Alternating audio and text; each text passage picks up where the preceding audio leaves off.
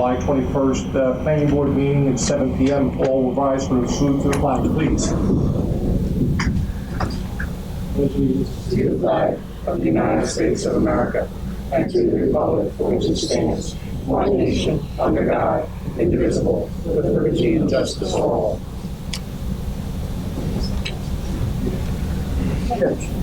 Oh, yes, that's my first. Let's go to Stephanie for the open public meeting statement, please. Notice of this meeting has been given as required by the Open Public Meetings Act and the annual notice of meetings. A copy was posted on the township website and a notice of this meeting was sent to the Sentinel. A copy was posted in Franklin Township Municipal Building. Okay, thank you. Let's see Jonathan for Heather, please. And roll call. Mr. Bruno. Mr. Clark. Mr. Constantine. Ms. Flynn. Mr. Kelly. Here. Mr. Melny. Lee. Mr. Chairman Petch. Here. Mr. Ransom. Mr. Stefan. Mr. Sweet. Here. Mr. Travelin. Here. Okay. We do have a quorum this evening. Just a note that the solicitor is away on vacation. We did have conversations ahead of time. I'm aware he's away.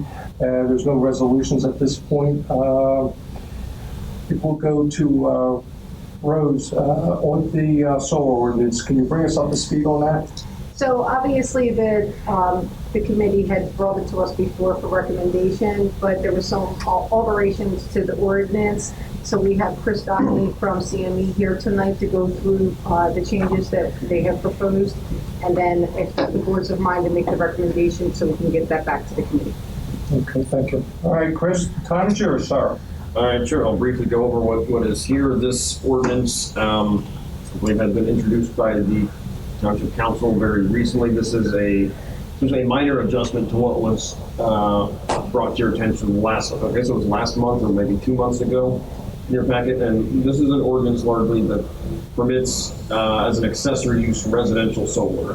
So by right, if somebody wants, or I'm sorry, not just residential, an accessory use solar facility. So if somebody wants to put solar panels on their roof, whether they're a small business or a home, they would be able to do so by right. If they want to put a ground array of solar panels in a side or rear yard, generally they would be allowed to do so under certain conditions, and that's for all zoning districts throughout the town, which is a little more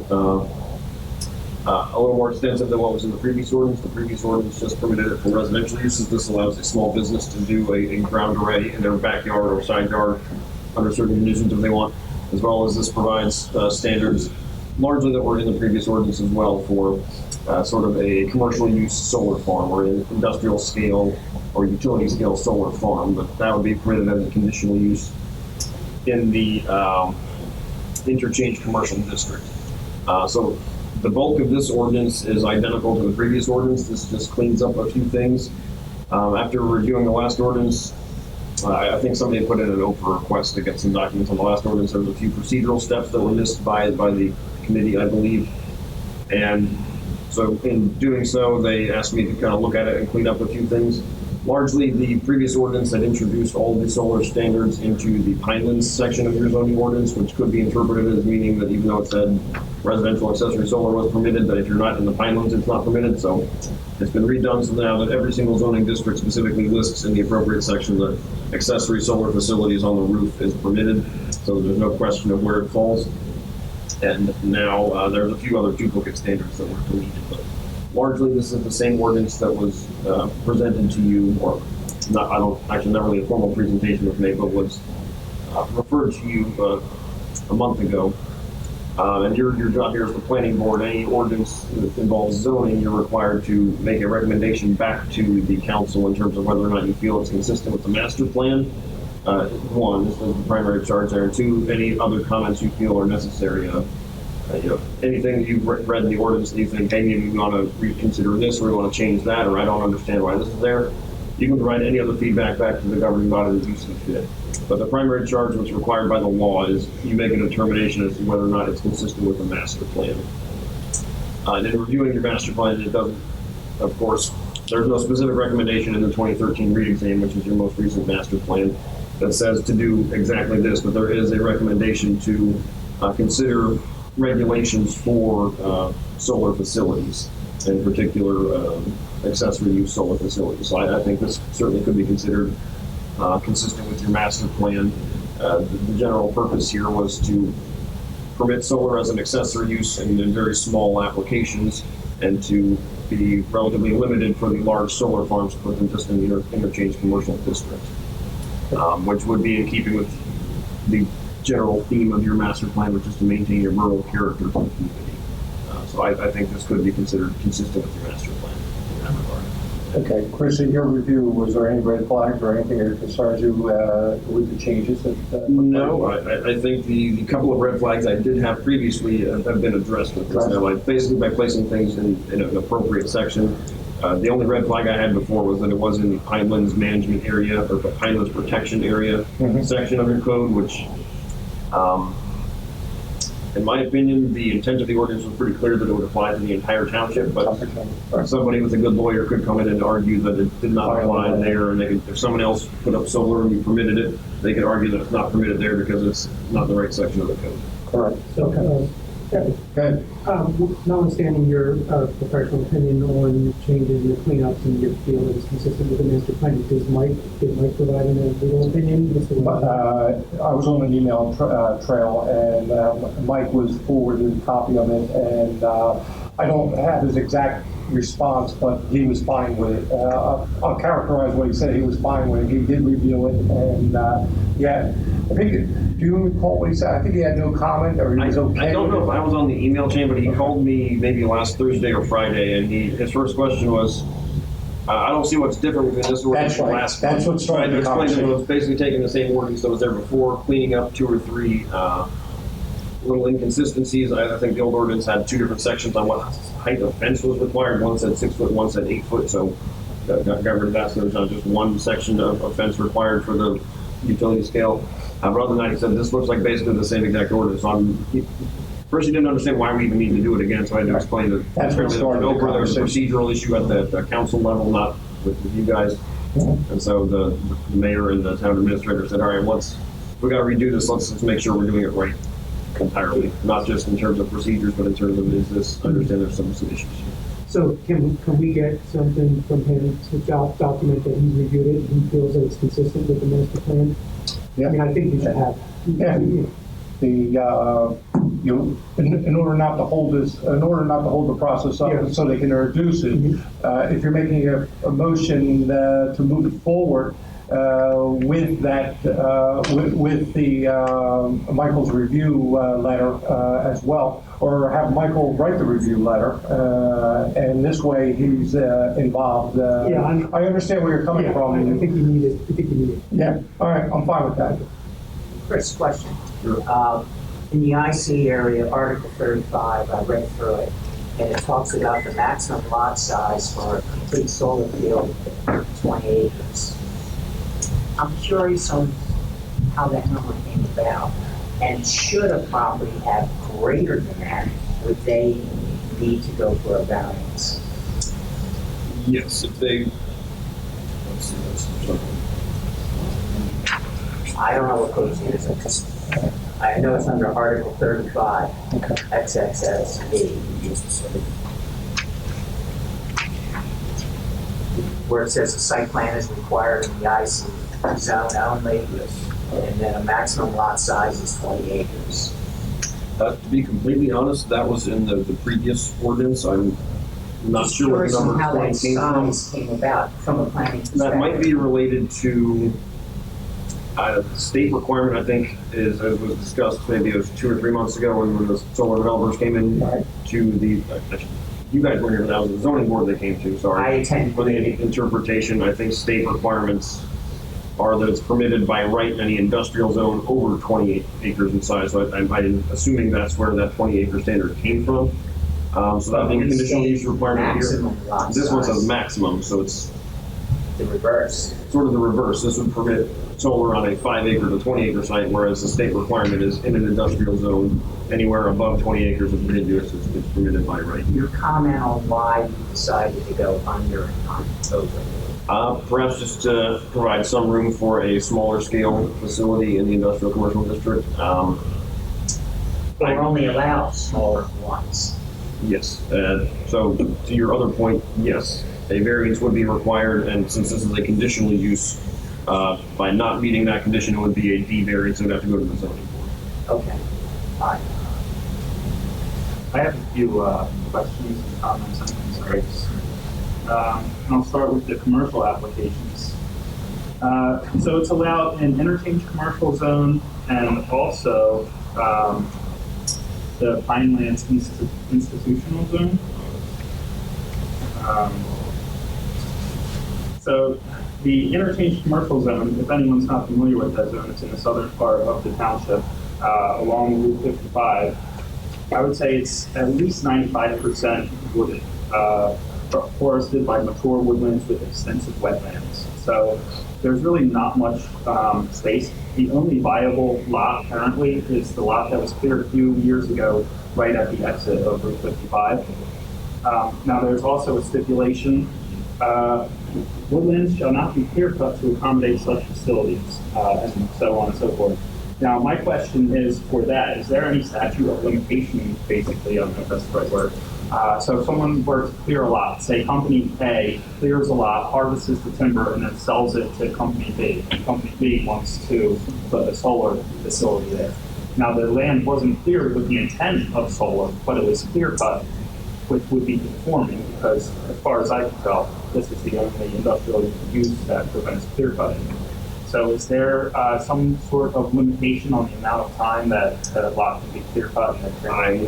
I would have to check other sections of your code. This particular ordinance does not have that sort of protection against somebody, little by little, a couple acres at a time, going in and removing a lot of trees, and a year and a half later they've cleared 30 acres. I know I might be confusing your ordinance with another town, but I have seen plenty of codes where there is some sort of provision, usually not related to solar farms. I've seen it for subdivisions where you're not allowed to clear little parts at a time, and then you come back and say, well, this is already cleared now, so it's perfect for a massive 200-unit subdivision. Because that seems like it could be a workaround for me. Somebody could clear a lot, plant soybeans for 1 year, and then the next year, basically put a solar farm. As this is written, I don't think there is any protection against that particular type of workaround. There might be something else in your code in terms of tree removal. It comes to mind a 5-year prohibited, but I don't remember. It has nothing to do with solar, but that scenario had a piece in the code, and I can't quote it, and I don't remember what. All I remember is that there was a prohibitive period of time, and 5 years sticks in my mind in another section of the code. We can certainly put that concern in the in our review, and how, let the township committee look at that and make a determination as to that, because it really doesn't affect the master plan one way or the other. Well, it would affect it if there was no protection, but the piece that I'm talking about, that prohibited piece that's in a section of the code, because it came up before, nothing to do with solar, would that apply? If there's something else in your code that limits clear cutting of woodlands, then that would apply here. Yeah. Right. There was nothing here that would supersede another section of your code. Exactly. Jonathan, do you have was that another question? Yep, I have a couple of them. So commercial is also permitted in Pinelands Institutional District. The only one of those it's 3 lots. One is Main Road School. The other is a small lot next to it, a 1-acre lot, and there's also a 16-acre lot, which is mostly cars. So, okay, I'm sorry, can I jump in? The only place where the commercial solar, a solar farm would be permitted is the IC district. It's permitted as an accessory use in the Pinelands Institutional District. Conditional use standards. Okay, maybe. Oh, I see. That's for the next. I see. I excuse that part. Okay, so as far as accessory use solar, 3 acres seems pretty excessive, in my opinion, for a requirement for the amount of land. Not everybody has a roof that is situated properly to accommodate a roof-mounted solar. So we're basically eliminating those people's opportunity to get solar with some of these restrictive limitations. One of them being a densely planted, vegetated landscape buffer of a combination of evergreen trees and shrubs with a width of at least 50 feet shall be planted along all adjoining property lines. So if you have 3 acres, you have to plant, if you don't have it already, a 50-foot wide vegetated buffer around your entire property. So if you have minimum, if you have 3 acres, that's about 1,500 feet of 50-foot buffer. That's going to cost tens of thousands of dollars to vegetate and manage for the first couple of years, which makes it, so expensive that it's not worth it. So that seems excessive to me. If you have 200-foot wide, a lot 200-foot wide, then you're going to have 50 feet on each side where you have a vegetated buffer, and eventually those trees are just going to block the sunlight out. In response to that, I'll say I don't disagree with what you're saying. I think everything you just said is accurate. But the intent of what this ordinance is proposing to do, the instructions that were given to me, is essentially that they want to permit it in limited installations, and also that in general the intent here is that it's allowable, but in the circumstances where generally you're not going to see it. And the only way to really do that is to have a dense vegetated buffers, right? Whether it's the residential accessory or small business accessory use, or the larger solar farms. Sort of the same intent is there, that not everyone in town has 3 acres, and not everyone can put a 50-foot vegetated buffer around their property. That being said, with the accessory solar, anyone who doesn't meet those standards, that wouldn't be a D3 conditional use variance, that would just be a bulk variance. The standard of proof required for somebody who has, say, 2 acres of property to get solar permitted would be to go to the zoning board and get a bulk variance. So lower standard of proof there. Still not permitted by right. It does require them to go to the zoning board with an actual application and pay the fees and pay the escrow review. But the instructions that I was given on the intent of the ordinance was to permit it, but in limited applications where it's generally not going to be visible from the street or to neighbors' properties. Okay. It also, and certainly, if it is the board's preference, that could be a comment back to the governing body is, I don't see why the restrictions on accessory solar needs to be as strict as they are. We don't have a problem with reducing these requirements. If that's one of your comments, that's a valid point. well, that's my opinion. I don't want to speak for I everybody. mean, certainly you all can discuss amongst yourselves, but that can be something you are allowed to say back in I feel like there could be more concise language that requires it to be out of sight without requiring a 50-foot border around your entire 30-foot or 3-acre property.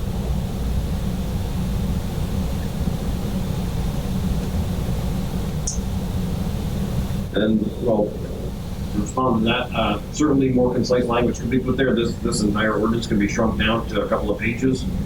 And when we're talking about any sort of zoning standard, it generally has to be something that's measurable to where you can say, yes, they meet that, or no, they don't meet that, especially when we're talking about any conditional use standard or a bulk standard. And if we said, well, it can't be visible, then you could get into situations where you have 200 feet of woods, but there aren't evergreens there. Somebody can say, well, in the winter I can see it because I can see through those trees. And then you get into situations where it's not clear whether or not somebody meets the standards. And then, so the intent was to draft something that it's very clear whether or not somebody meets the standards, and they can just go get a building permit, or they have to go to the zoning board, or it can be part of an application for site plan that comes before this board. So maybe you say something consideration should be given to reducing.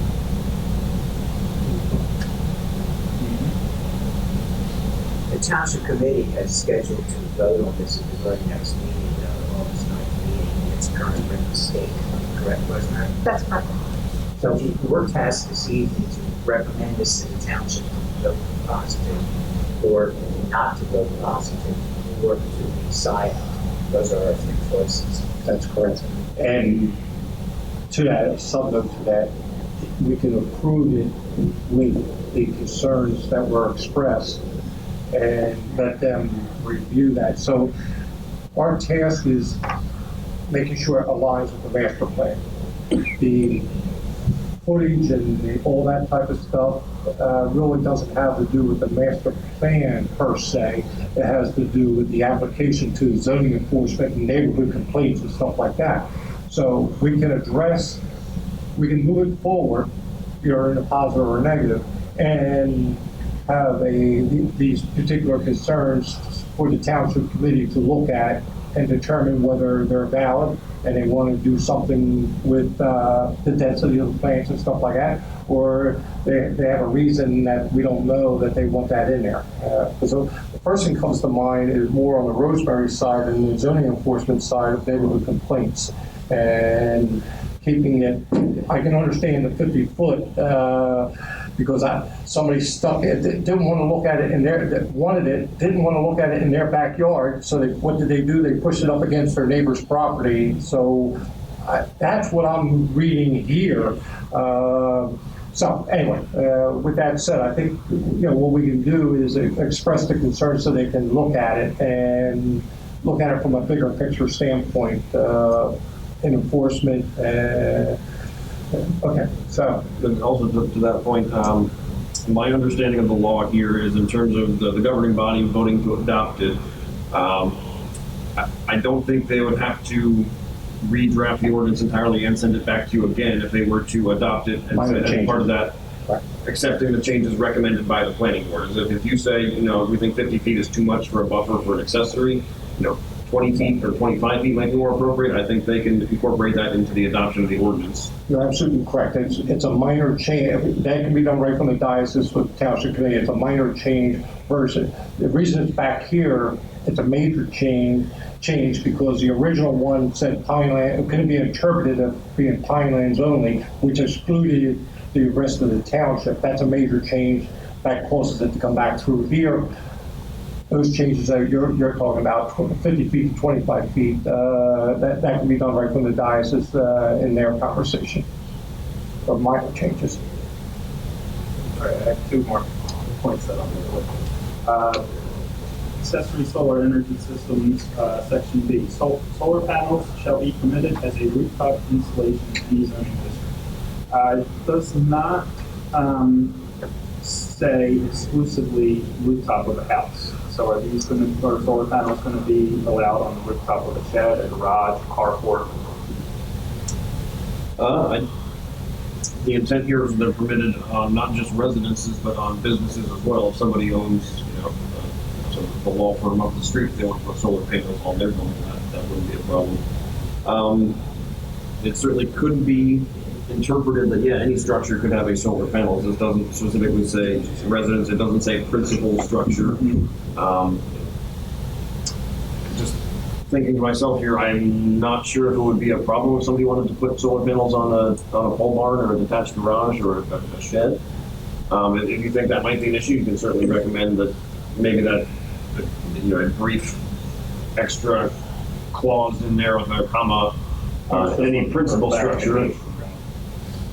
This doesn't specify that, so it certainly could be interpreted that it's not prohibiting it in any way from being on a garage or a shed. And I would wonder, just in the opposite side, why wouldn't you want to put it on a pole barn away from the house, away from the neighbors and stuff like that? So, to me, including it is a positive versus a negative, so that it's not facing the, or less intrusive, let's put it that way. All right, moving on. Permit requirements. Section D, number 1, permit. A zoning permit and building permit shall be required for the installation of any solar energy system.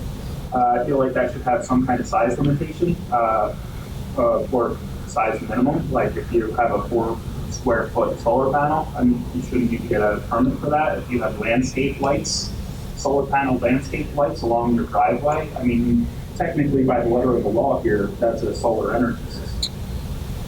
Right. Sounds like road going out to your house tomorrow. I think you're wrong, but I'll get clarification because the electrical permit would be required irregardless of the size of you're putting one outlet or one switch in the house. Well, I'm talking about self-contained. No, I think I know what you're talking about. Yeah, you can get the little lights along your driveway that have a 6 square inches of solar panel. Yeah. Right. So by this solar energy system, 1 or more solar panels and all associated equipment involved in the conversion of solar radiation to electrical energy. So even, 6 inch by 6 inch solar panel in a self-contained unit that, powers a light, that would fall under that category of a solar energy system requiring a permit. So that just seemed a little funky, that language there. Or would it be per the guidelines of UCC, Universal Construction Code, wherever electrical permit is required in the electrical code, once you get past your small little, the one that you would hook to a motorhome type of thing, anything electrically that would require a permit, it's already been addressed in UCC, what's required. So, you know, I think there, because building permit would be per UCC guidelines, and the guidelines are there on when you do need electrical permit and when you don't on this standalone piece. I think to your point, it certainly wouldn't be difficult to insert language after that anything that doesn't require a permit for the UCC electrical code is exempt from permitting requirements for a zoning permit. Yeah, thank you. Just so That would be kind of clarification. So Rosemary does not have to go out to your house. That's what I was trying to say, I just couldn't get it out right. Or as soon as they enact this ordinance, she's not going to be. And as far as I can tell, there's no restriction on a homeowner selling the unused excess energy back to the electric company. I don't think there's a restriction. It might have been in the definitions. Let's see, the intent is that outside of a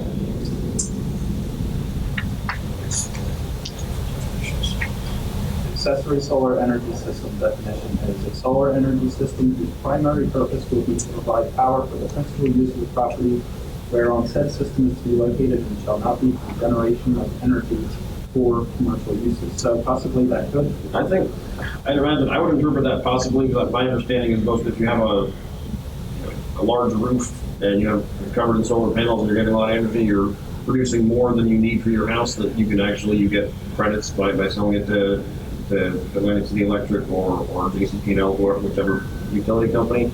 I don't think it would prohibit that here, but it would be, if it's clearly incidental and you're not doing this just for the purpose of generating energy to sell to ACE, I don't think that would be a problem.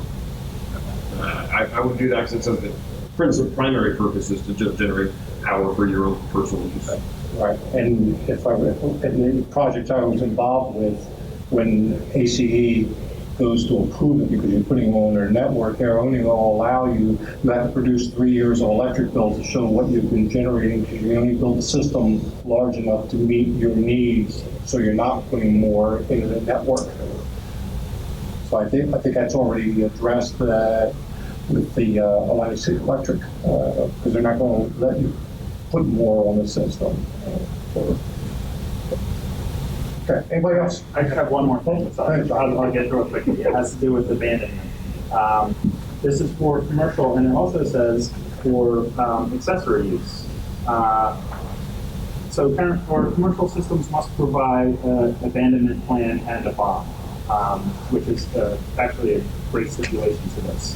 The one question I have is, it says existing solar energy systems installed prior to the adoption of this section are exempt from the requirements of this section, except for the provisions regarding abandonment. There's one, possibly two, energy systems in this township that may qualify as commercial. Are they currently, do they must provide an abandonment plan as it is now, or is that? I don't think they would need to provide an abandonment plan, and they didn't. You wouldn't drag somebody who already has a solar facility out to go to the problem, issue them a zoning violation for not having a plan for the decommissioning of those panels. But I think the provisions of what happens when they are abandoned would then apply, so they wouldn't be required now to come post a bond for that. But if they were to abandon that system, the other provisions would apply. They only kick into that thing. Okay. And it says the same thing for the accessory use, but there is no abandonment plan required for accessory use. So that seems like unnecessary language. That's in section 8 under violations number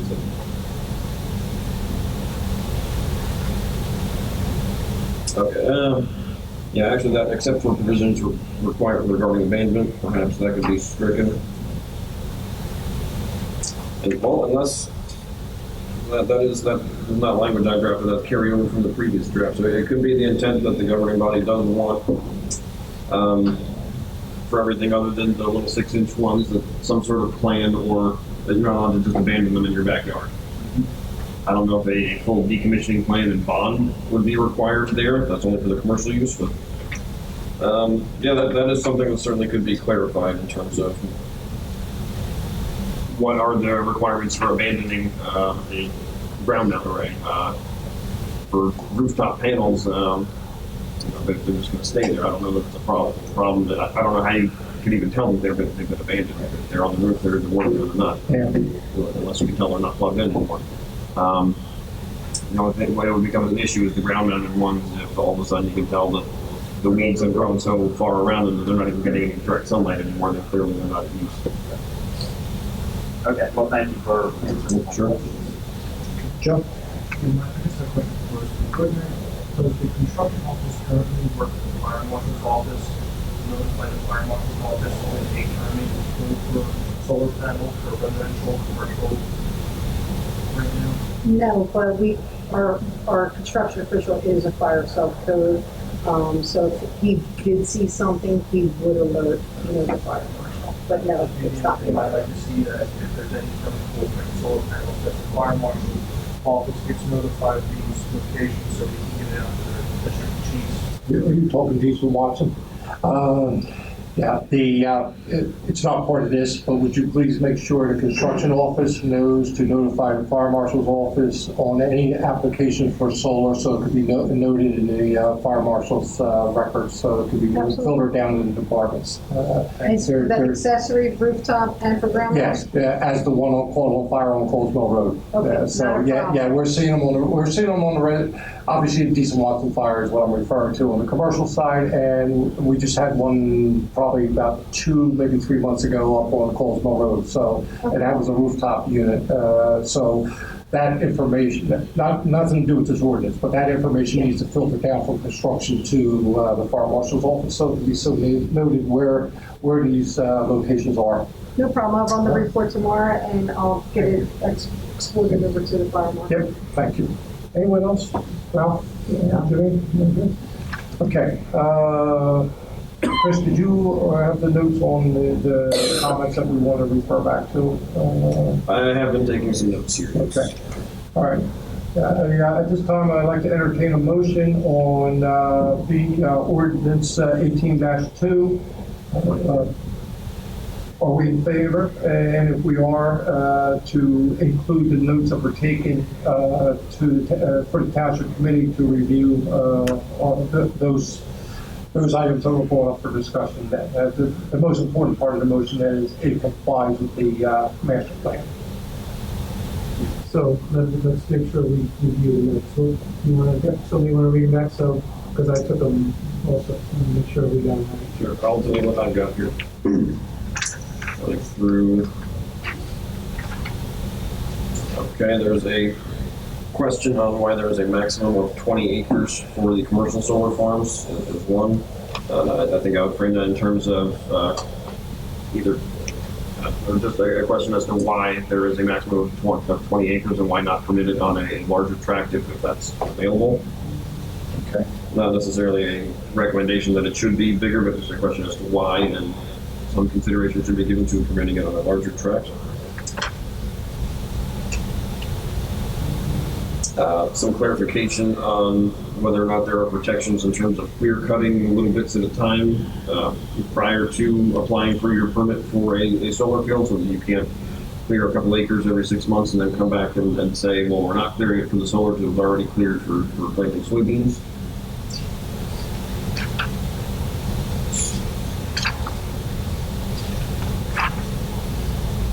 For the accessory solar, considering reducing the minimum lot size from 3 acres, considering reducing the buffer requirement of 50 feet,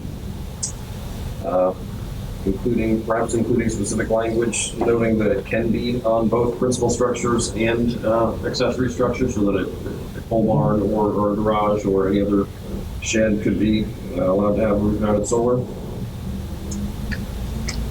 Next we have for the permit requirements for the accessory solar, that we make sure that anything that doesn't trigger a building permit from the UCC electrical code, or electrical permit, I should say, is exempt from having to get a permit, such as the 6 square inch ones for minor lights that are self-contained systems. Questioning whether or not we need any sort of abandonment provisions for an accessory solar, and that's the violations for accessory solar, which is the same language as for the commercial solar. That perhaps we don't need an abandonment plan or abandonment provisions there. And I think that is it that I have. Unless I missed So we got the legal review, want the legal opinion that it's consistent with the master plan? Michael's reviewed it. Please. So written confirmation from Michael Okay. that it's been reviewed and it's consistent. Okay.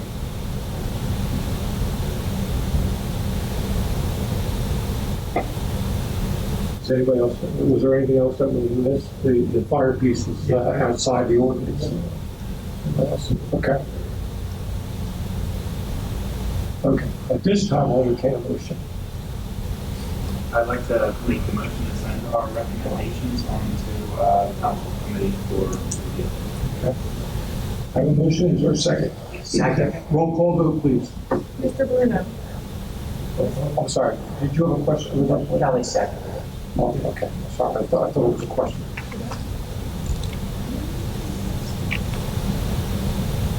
Mr. Kelly, Yes. Mr. Stivic, Yes. Mr. Sweet, Yes. Mr. Traveler, Yes. Mr. Chairman Coach. Yes. Okay, motion carries. Okay, well, we have no closed session because we have no Michael, so we know we don't have that. Before I open to the public, Ralph had a farmland preservation presentation to do. So at this point, we'll turn it over to Ralph. The Agriculture Advisory Committee is a subset of the Planning Board, and we do a cost share with the county and the state in many cases to preserve land, and we have an open space preservation fund to do this preservation. We currently doing some preservation work in the downtown airport on 2 different farms near the downtown airport, and questions rose to the state about the airport safety zone and would it limit the height of structures, and if so, would it limit the development, and therefore would it nullify preserving the properties? Well, here within our township, we have a 35-foot height restriction on any residence and underneath any commercial structure. Okay? So we bypassed that. There's a however. We found out later that the airport would like to preserve their farm. It's in excess of 100 acres. And you ask, what do you mean their farm? Well, their main runway is indeed a grass runway, but they own 4 additional parcels that 3 are fully farmed and 1 is partially farmed. And they were interested in seeking preservation. They went to the state of New Jersey and asked, and the state would do what's called a direct easement because it's a larger farm, greater than 58 acres. Therefore, the township of Franklin would not take part with any financial burden. The state would take it on their own. There is another issue. Next door to the downtown airport to the east is a parcel that we commonly call Meredith Farms. It's zoned light manufacturing, and it's a proposed development area for light manufacturing, and we are in the process for several years to develop it. Adjacent to it is the airport, and the airport also is zoned light manufacturing. Rosemary sent out an email today that says under 253, the uses that take place within the light manufacturing zone. And if I read them correctly, residential is not one of them. Okay. Therefore, with that alone, the property is already preserved in that no development for residential can take place, in my opinion. Okay. However, the state of New Jersey asked me to present this to the planning board and the planner and the engineer. Would the township consider preserving this property? And that's the question at hand. With the current zoning, I would think the township would answer no, but that's not my position to answer it. So I'm tasking the EDC, the zoning officer, the township committee, and our planner and our engineer to respond on whether or not the township would entertain the thought of preservation taking place on 4 of the 5 airport lots. Well, Ralph and I talked, the lot that I'm concerned with is lot number 9, which faces Route 40. And that is in the highway commercial light manufacturing area. And at this point, I think the first step before we go too far is to have it referred to EDC, because it's an adjoining property in Meredith Farms. And I have no problem, and I've preserved a lot of farmland, but the question on the one lot especially is whether or not it's the right application at this time. And I know that there's movement on the Meredith Farm project, so I think the first thing we want to do, my suggestion would be to send it back to EDC for comments before we have the state start moving with preservation. And this will be done relatively quick, but do we really want to preserve, or would the state want to preserve a piece of it and not all of it? And the piece I'm thinking of is the Route 40 corridor adjoining to the Meredith Farm project. And there may be a better use and getting it on the tax rolls than preserving it. I'm not against preserving it, but I think at this time, my suggestion, if the board agrees, is to send it to EDC and let's start the review process. Anybody else have comments on it? Jimmy? Good? All right? Okay. At this time, can I make a motion that this board refers the question to EDC? That would be up with you. Yep. Second. Move and second, all in favor? Aye. Okay, and moving on to the EDC, and Rose, you put that So on. let me just say a question, Robert. Just so the EDC knows what the question is it written down, is it clear? I'll have it in clear form. Who's the chairman? Okay.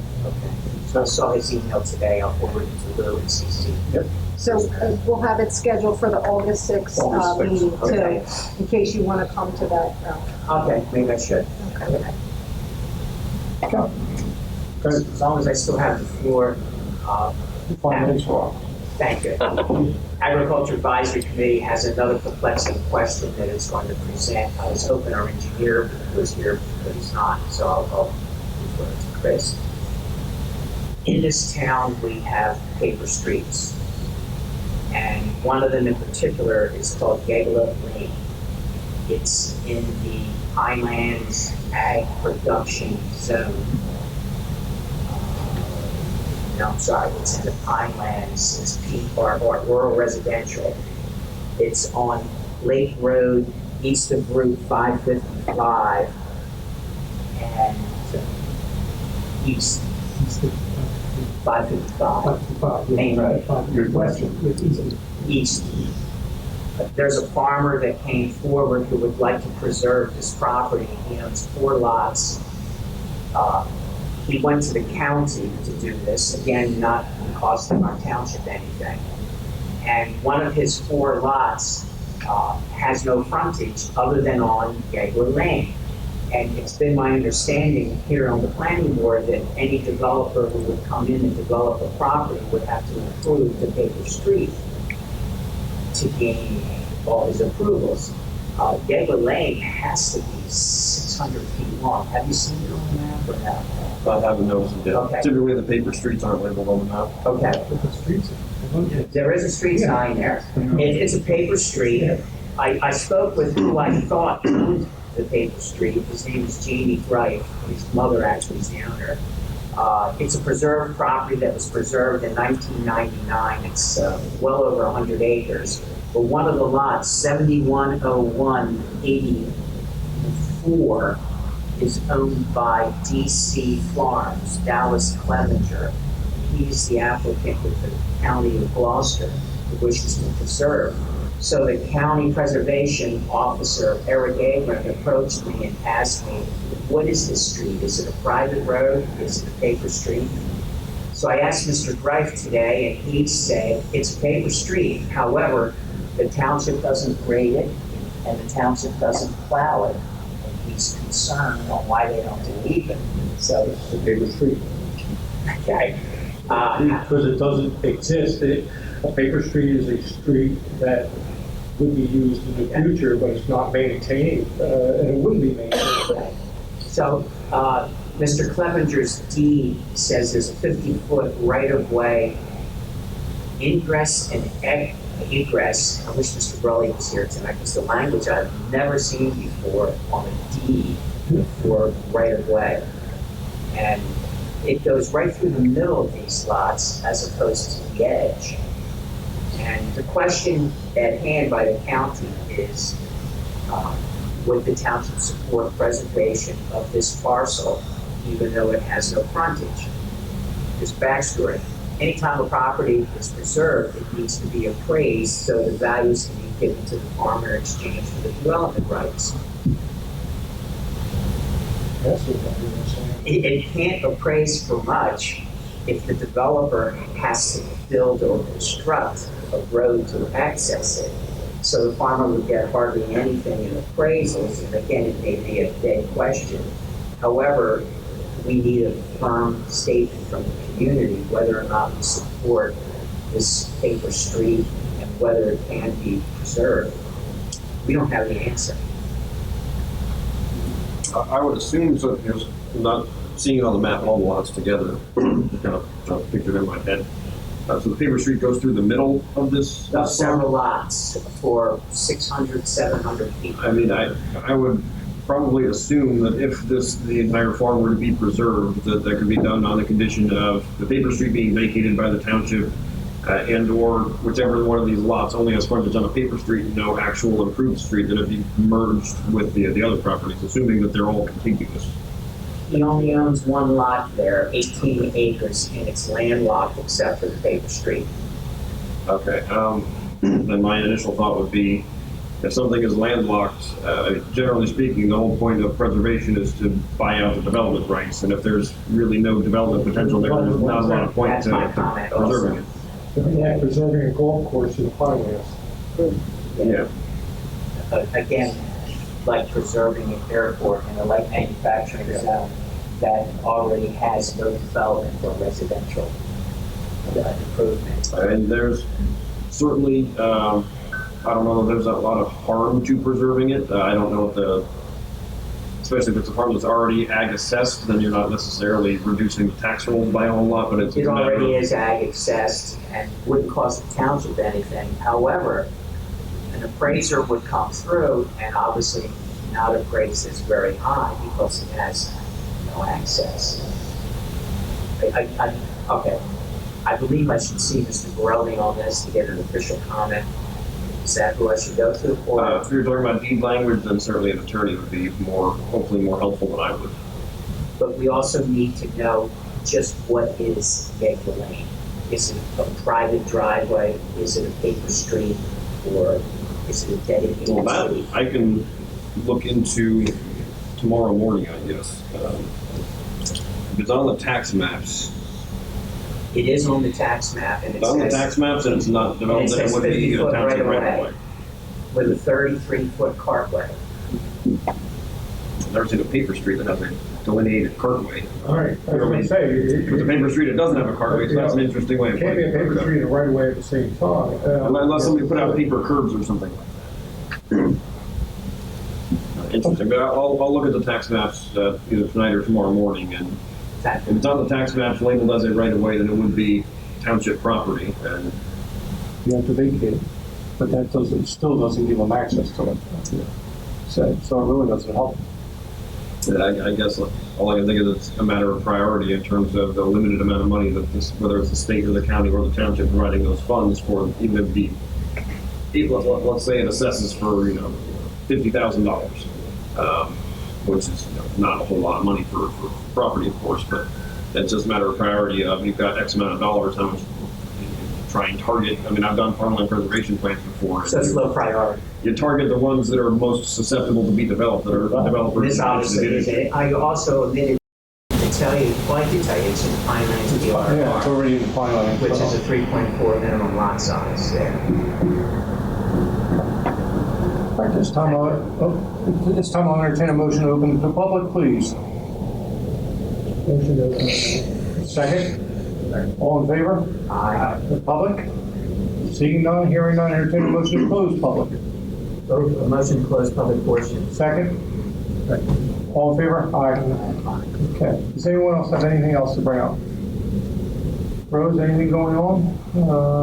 No, but Stephanie? I did want to tell you that there is a clear cutting ordinance, and it does say it restricts a certain amount of acres if you clear it from being able to submit a land development application for 5 years. You are correct about Fine, that. that's where, I know it, because we had that discussion, or in the past. I knew the 5 years stuff, I knew 5 years meant something. Good memory.